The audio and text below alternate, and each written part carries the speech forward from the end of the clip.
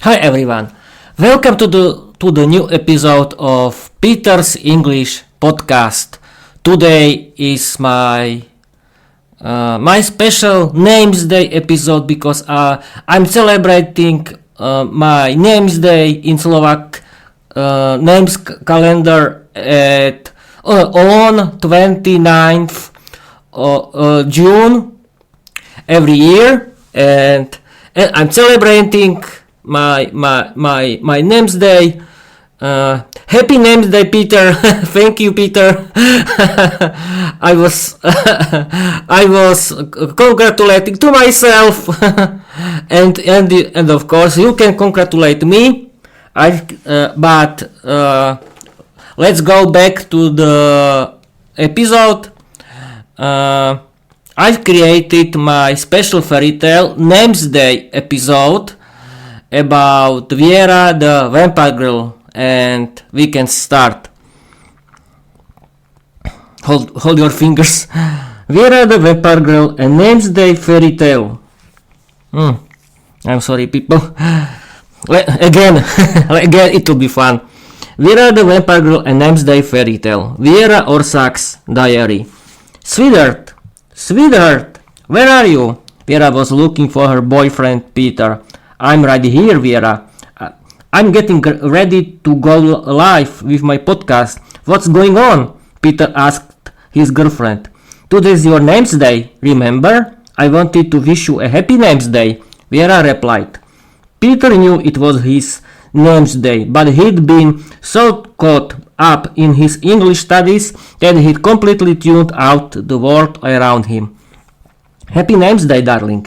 I've got a special gift for you. I booked us a luxury romantic getaway in the High Tatras, 5-star hotel, the works. I want to make up for everything I've done wrong in the past, Viera said, her cheeks blushing. If her friends or family had seen her in that moment, they would laugh. The idea that such a beautiful, powerful young vampire, the strongest in the world, with the strength to lift several werewolves, the charm to seduce any man, and the ability to use her beauty and power however she pleased, was acting like a shy, love-struck schoolgirl in front of her boyfriend, blushing like a tomato. But that's how much Viera loved Peter. Her love for him completely disarmed her powers. She was so in love, so nervous, so shy, that she couldn't even use her abilities on him. Peter was protected from Viera's powers by their mutual love. He had full immunity to her magic, and he could even turn that immunity on and off whenever she wanted, which Viera of course found incredibly attractive. Oh, thank you so much for your gift, Peter said shyly, blushing and speaking with a shaky voice. I'll try to make up for all the mistakes I made too. After Viera's sweet name's day wish, Peter rewarded her with warm, love-filled kisses. He was genuinely excited about their romantic getaway. But if only he knew what kind of chaos was coming. Who knows how he would have acted. The romantic vibe didn't last long. It all fell apart the moment they started packing for the trip to the Tatras. So this is the boyfriend I choose. You can even pack your own stuff properly. Watch and learn, my child. This is how it's done, you clumsy mess. Viera shouted, totally furious because Peter wasn't packing exactly the way she wanted. Can't I just pack my things my way? Does everything always have to be done but by your royal commands? Peter yelled back. Oh, please, the egg wants to teach the hen how to lay eggs. Be quiet, you fool. You need a firm hand and guidance because clearly you know nothing. Keep acting up and I'll pack you along with your clothes. Now shut it, Viera snapped. She ended up packing Peter's thing herself, meticulously, perfectly, exactly how she imagined it should be. Viera was a total perfectionist. Everything she did had to be flawless. The romantic getaway in Tatras was planned for the entire upcoming weekend. They traveled like typical tourists. Well, sort of. Viera packed like she was moving there for a year. Every single day she had to look seductive. That was non-negotiable. Peter muttered under his breath about how many useless suitcases he had to carry. He didn't dare complain or out loud.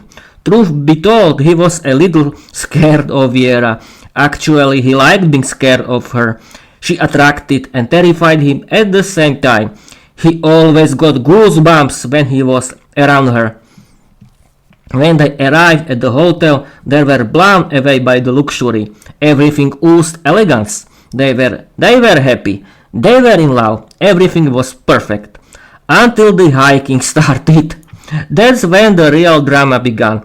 Our lovebirds were wandering through the mountains when Peter's panic kicked in.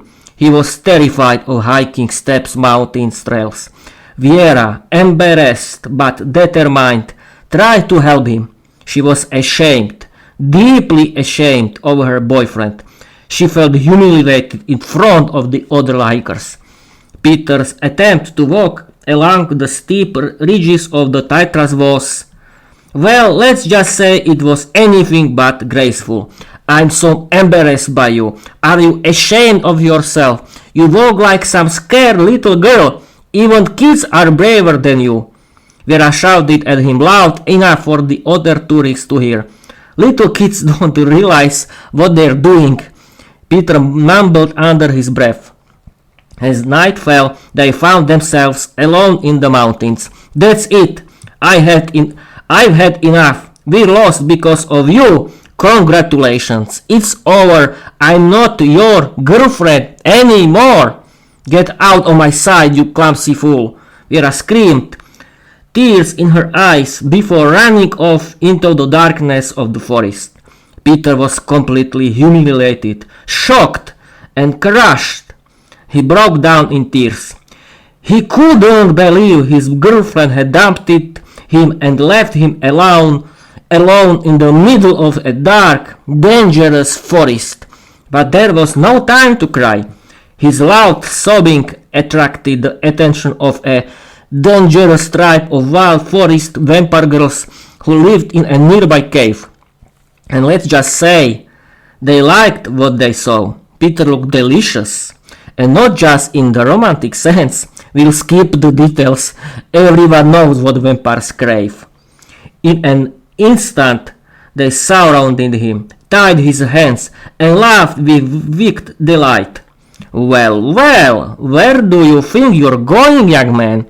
One of them teased. Such a tasty snack, wandering alone in the dark woods. That could end badly for you. Don't worry, she added with a grin. We'll take very good care of you, right, girls?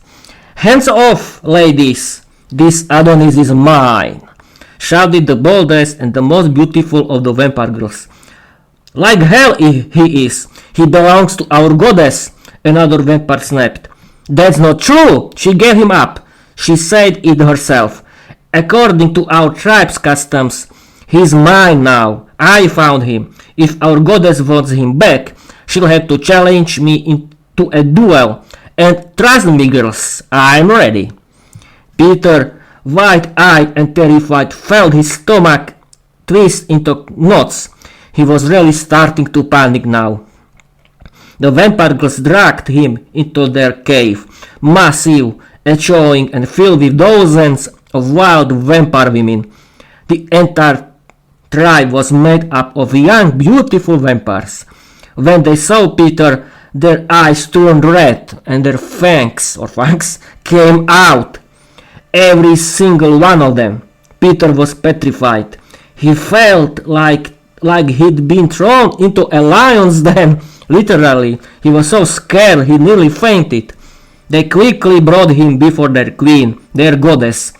To Peter's absolute shock, it was Viera. She was overjoyed to see him alive and unharmed.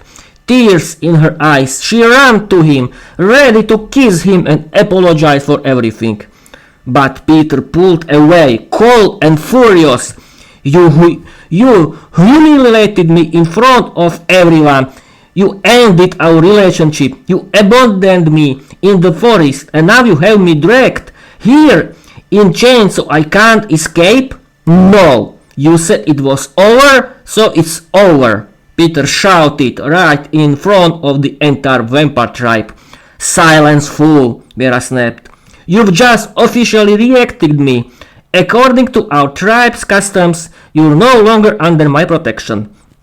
Any vampire girl here can now claim you as her mate. What have you done? She didn't say anything else. She was devastated. I ruined everything, she thought.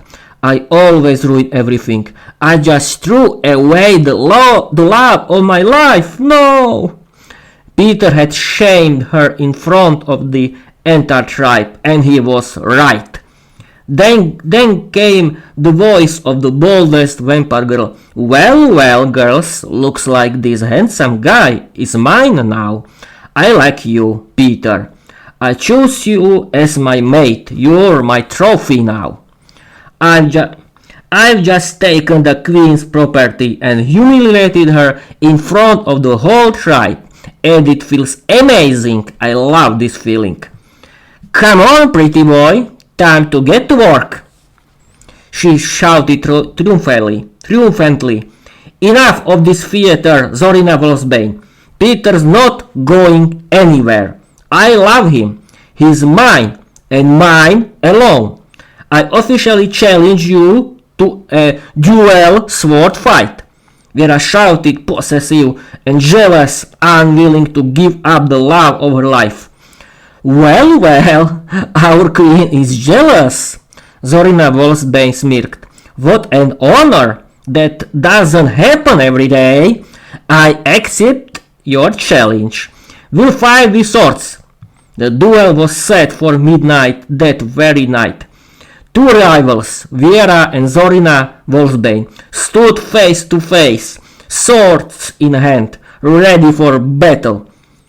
Zorina charged forward with a fierce battle cry, sword raised high, but just as she was about to strike, Viera activated her power.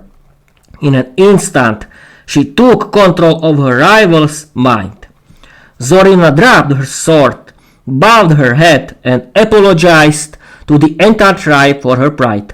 She officially acknowledged Peter as Viera's rightful partner. Viera didn't even speak to her. She wanted to make one thing clear to the whole tribe. If anyone dared to lay a finger on her Peter, they'd face the full force of her power. The entire tribe, trembling, quickly returned to their usual duties.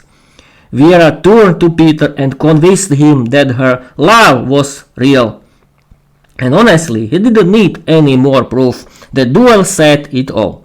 But guilt gnawed at him. He'd humiliated her in front of her entire tribe. He realized he loved Viera, truly, deeply, for exactly who she was. Viera, too, felt ashamed.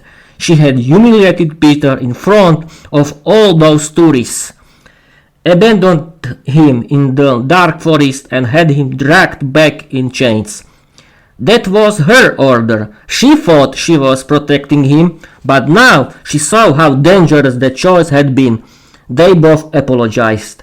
They kissed passionately, and just like that, they were back together, two lovebirds reunited. As a name's day gift, Viera gave Peter a full year of English lessons with his favorite teacher. Now, let me tell you why Viera became the goddess and queen of the forest vampires. The tribe sensed it instantly. Viera was the most powerful vampire in the world. But more than that, they saw her empathy, her desire to help people, her dream of teaching English. The wild vampire girls had always wanted to learn English, but they didn't know how. They saw Viera's strength and crowned her their queen. To them, she was a goddess.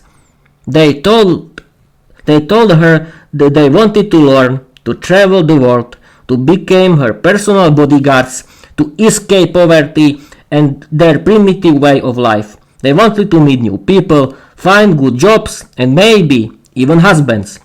So Viera founded the first language school in the tribe, modern, fun, and totally unique. She took care of her people and led them into the modern world. Her tribe followed her everywhere, proud to protect their queen, and they cherished the happiness she found in Peter. The end. The end, people. What do you think about it? I love it.